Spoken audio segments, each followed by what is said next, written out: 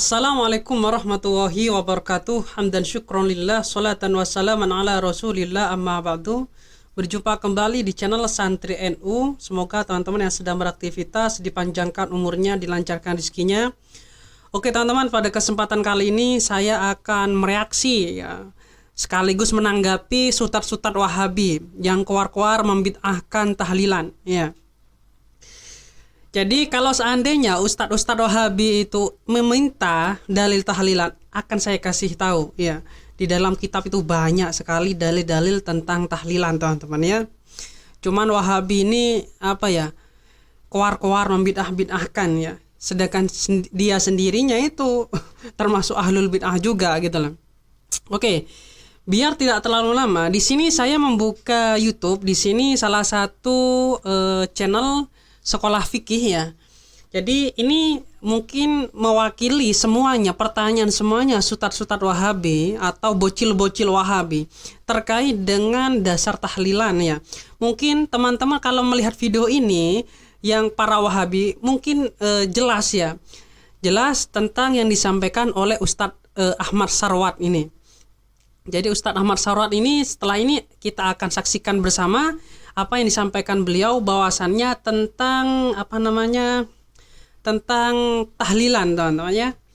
Oke, biar tidak terlalu lama kita tonton seksama dan semoga teman-teman jelas apa yang disampaikan oleh Ustadz Sarwat di sini.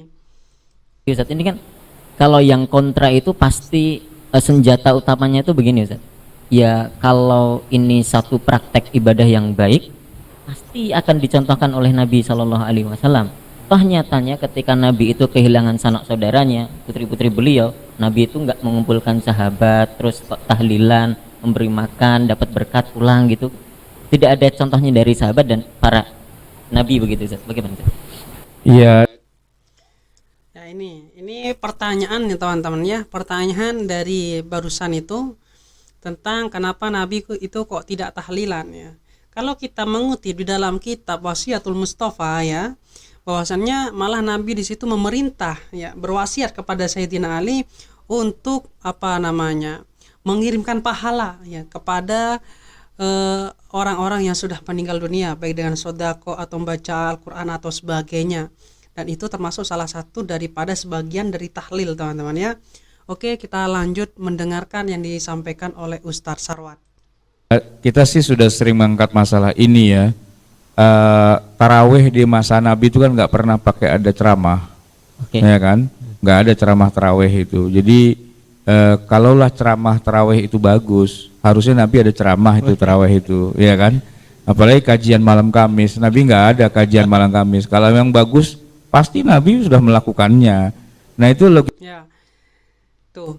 Jadi tidak ada ceramah setelah tarawih. Mungkin sutat-sutat Wahabi pernah ya setelah tarawih itu menyampaikan sebuah mungkin hadis atau sebagainya ya, ada pengajiannya sedikit lah ya. Kalau memang itu baik pasti Nabi melakukannya gitu. Itu yang disampaikan oleh Ustadz Sarwat. Terus Logika itu kan pernah kita jadikan sebagai tema besar kita kan. Kalau gimana, kalaulah suatu amal itu bagus, laukana khairan, nah seandainya amal itu bagus, pastilah Nabi sudah melakukannya, kan begitu.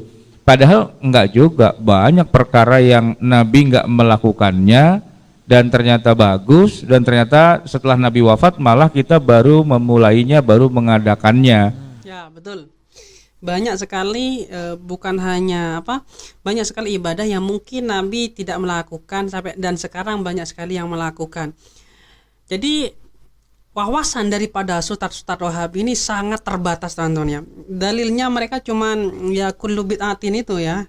Seperti itu sudah ya yang disampaikan oleh sutat-sutat Wahabi. Lalu kita akan dengarkan langsung. Baik itu terkait dengan masalah ritual ibadah yang mahdoh ya, ataupun yang sifatnya muamalah. Yang mahdoh itu baca Quran pakai mushaf gitu loh, ya kan? Baca Al-Quran sekarang pakai mushaf, dulu tidak. Terus Sholat pakai karpet, masa Nabi kan nggak ada karpetnya gitu. Nah kita sholat pakai karpet itu sekarang itu ibadah mahdoh banget, bukan muamalah itu, ya kan? betul, Tadinya Nabi sholat pakai sepatu, pakai sendal, kemudian kita lepas gitu kan? Kalaulah sholat lepas sendal itu bagus, pasti Nabi sudah melakukannya. Ternyata Nabi kan melakukannya apa? Sholatnya pakai sendal, pakai sepatu. Masjidnya malah nggak ada karpetnya. Nah sekarang semua masjid sedunia itu kan sesat semua, masuk neraka semua. Orang nggak sesuai dengan contoh Nabi kok. Nah, betul sekali ya. Jadi Ustadz Wahabi itu bisanya hanya keluar-keluar bid'ah sesat dan sebagainya, masuk neraka dan sebagainya. Ya apa ya, karena mereka itu hanya bisa keluar-keluar saja ya teman-teman ya.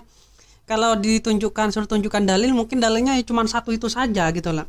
Banyak sekali Ustadz Wahabi itu hanya menyampaikan, tidak membawa kitab kuning ya. Yang dibawa cuma tablet atau laptop ya. Tidak membawa kitab kuning ya. Saya memang tidak pernah melihat Ustadz Wahabi ini ketika ceramah itu menyampaikan atau membawa kitab kuning gitu lah. Jadi bisanya cuman menurut saya yang saya tahu, jadi seperti itu yang saya tahu ya.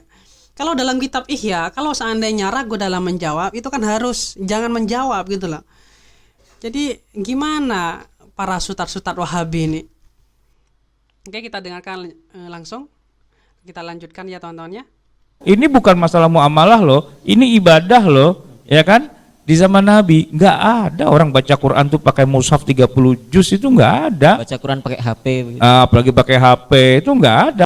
Ya, apalagi baca Al-Quran pakai HP. Saya melihat langsung ya, ada sebuah video kayak Ustadz Firanda itu pakai HP ya, baca ketika sholat itu ya. Itu di zaman Nabi itu tidak ada yang seperti itu. Itu juga salah satu bid'ah kalau seandainya dia hanya keluar-keluar bid'ah saja gitu lah. Nah, maka masuk neraka semua itu gitu. Ya, masuk neraka semua. Harusnya kan begitu. Jadi kalau mau bikin kaidah tuh mikir dulu lah gitu. Jangan kemudian main bikin kaidah semaunya terus kita dibego-begoin gitu. Nah, ya itu tidak bisa dibego-begoin lah gitu lah. Cari kaidah yang bagus gitu. Jangan hanya kullu bid'atin. Ya betul, menurut Ustadz Sarwat ini saya setuju yang disampaikan. Mulu kata kita bego banget dibilang kalau seandainya bagus maka Nabi pasti melakukannya. Ya banyak yang Nabi nggak lakukan, kita malah melakukannya sekarang. Sholat tarawih itu kan di masa Nabi nggak dilakukan gitu. Nah justru di masa Umar itu baru dilakukan dengan berjamaah sampai 30 malam gitu kan. Nabi kan cuma 3 malam. Harusnya kalau kita mau sesuai dengan Nabi, tarawih itu malam pertama, kedua, ketiga aja, setelah itu kita bubar. Kenapa? Sesuai dengan contoh Nabi. Iya, dengarkan Ustadz Wahabi, bocil-bocil Wahabi bisanya hanya keluar-keluar tanpa menunjukkan dalil. Dalilnya tidak ada lagi, ya cuman kullu bid'atin saja. Lanjut. Kan begitu. Nah, jadi banyak juga sekarang yang mempraktekkan kayak gitu kan. Masjid-masjid tarawih itu kan ramenya malam pertama, kedua, ketiga. Itu sesuai dengan sunnah Nabi sebenarnya itu. Kalau udah malam keempat kesananya itu udah pindah ke mall, pindah ke jalanan dan seterusnya. Jadi sebenarnya kalau mau dibilang nggak boleh tahlilan karena Nabi nggak melakukannya. Kalau Nabi melakukan, kalau emang itu bagus pasti Nabi melakukannya. Itu dari awal teorinya udah keliru gitu. Nah betul, dari awal teorinya sudah keliru. Ustadz Wahabi yang hanya keluar-keluar di media sosial bilang bid'ah ya, tanpa menyatakan dalil atau menyertakan dalilnya cuma kullu bid'atin saja. Oke lanjut. Malah di dalam kitab Al-Um, Imam Syafi'i itu membagikan bid'ah itu ada 2 teman-teman ya. Bahwasannya ada bid'ah hasanah juga ya. Cuman ini malah Ustadz Wahabi ini tidak menerima bid'ah hasanah, bisanya hanya bid'ah dolalah saja gitu loh. Oke, kita lanjut. Teorinya udah keliru, caranya ente nyerang tuh bego banget gitu loh. Ketahuan begonya. Ya, ketahuan begonya katanya. Betul yang disampaikan oleh Ustadz Sarwat ini ya. Gitu. Nanti kalau kita balik kan dia nggak bisa. Kalaulah pulang mudik itu bagus, pasti Nabi sudah pulang mudik tiap tahun gitu loh. Lah ente pulang mudik nggak ada contohnya kan bid'ah lagi tuh sebenarnya. Bid'ah lagi. Ya kan, apalagi ada apa itu namanya THR. Itu kan THR tuh bid'ah banget. Mana ada Nabi bagi-bagi THR menjelang Lebaran, kan nggak ada itu kan. Kemudian juga kunjungan, minta maaf, bermaaf-maafan pada saat Idul Fitri itu kan bid'ah banget. Dan oke. Menurut saya ini sudah jelas ya teman-teman ya, cukup ya. Saya yakin teman-teman itu paham ya. Jadi bahwasannya tahlilan itu hanya sebuah nama ya, tapi di dalamnya itu banyak sekali yang dibaca mulai dari tawasul ya, bacaan surah Al-Ikhlas, Al-Falaq dan sebagainya, termasuk Yasin juga. Ada sholawatnya juga, ada istighfar. Jadi banyak ya. Cuman orang-orang itu menyebutnya dengan tahlilan ya. Jadi kalau seandainya Ustaz-Ustaz Wahabi itu hanya koar-koar bilang bid'ah, sesat dan sebagainya ya. Ini perlu dipertanyakan inilah. Ngakunya sunnah, Ustadz sunnah, tapi dianya tidak ikut Nabi. Tidak seperti yang Nabi lakukan gitu lah. Jadi seperti itu.